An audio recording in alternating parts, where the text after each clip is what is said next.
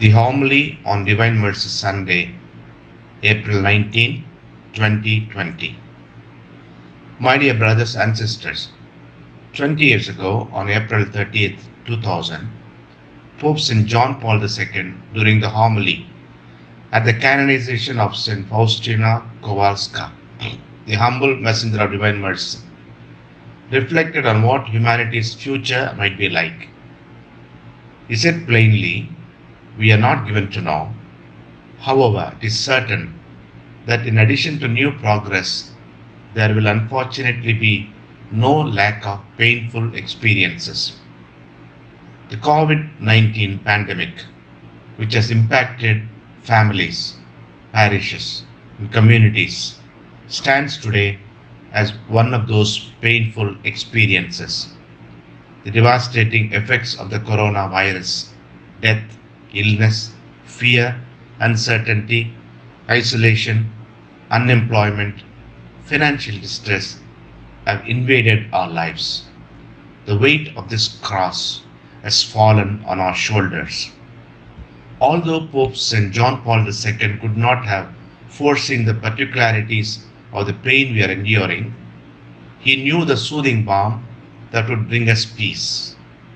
He understood what would illumine the way during this time, namely the light of divine mercy, the supernatural gift that uplifts every generation.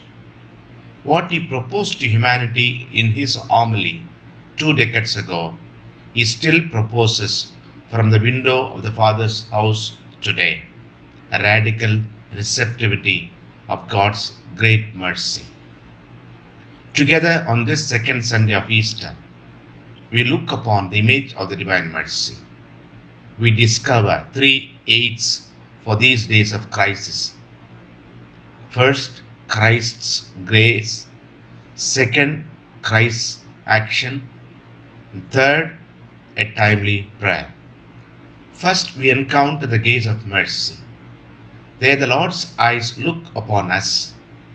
He sees us as we are, laden, especially now, with the anxieties, burdens, and challenges of life. He sees us just as he saw those gospel figures whom we met this Lent, the Samaritan woman at the well, the man born blind, and Martha and Mary, the grieving sisters of Lazarus. He loves us as he loved them. We can look to the Lord and always find him looking at us. In his eyes, we can discover the look of love which we crave. There we can meet mercy. Second, in contemplating the divine image of divine mercy, we note the two rays coming from our Lord's chest, one red and one white.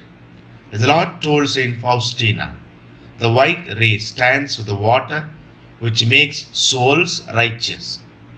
The red ray stands for the blood which is the life of souls. These glorious rays flow from woundedness. Their origin is in the victory of the cross. They highlight an act of love, a total gift of self. In these weeks, when God might seem unmoved or distant, these rays proclaim again the tender mercy shown from the cross. They profess that God has acted and that he still acts with a mercy that sustains the world. Third, we read the signature at the bottom of the image, Jesus, I trust in you. On this year's feast of the Divine Mercy, the familiar line is more striking. Its 5 words formulate perfectly a prayer in the midst of so much uncertainty. He invites us to make these words the signature of our lives. We who have received mercy are called to give mercy. In these weeks, the corporal and spiritual works of mercy are being lived radiantly. Witnesses of mercy are on our midst, and our gratitude flows to the many who are sharing what they have received. We call to mind the heroic virtue and tender mercy alive in our families and among our neighbors. With Pope Francis, we think of those women and men who are writing the decisive events of our time, doctors, nurses, supermarket employees, cleaners, caregivers, providers of transport, law and order forces, volunteers, priests, deacons, religious men and women, and so very many others. In this challenging time, mercy is on display. The Divine Mercy message is one we can call to mind simply by remembering A, B, C. A stands for ask for His mercy. B stands for be merciful. C stands for completely trust in Jesus. Together with Pope St. John Paul II and St. Faustina, let us implore the Almighty God. I fly to your mercy, compassionate God, who alone are good. Although my misery is great and my offenses are many, I trust in your mercy, because you are the God of mercy. And from time immemorial, it has never been heard of, nor do heaven or earth remember, that a soul trusting in your mercy has been disappointed. My dear friends, let us pray for the souls of those who have died from the coronavirus and for the consolation of their families. We entrust them to the Divine Mercy.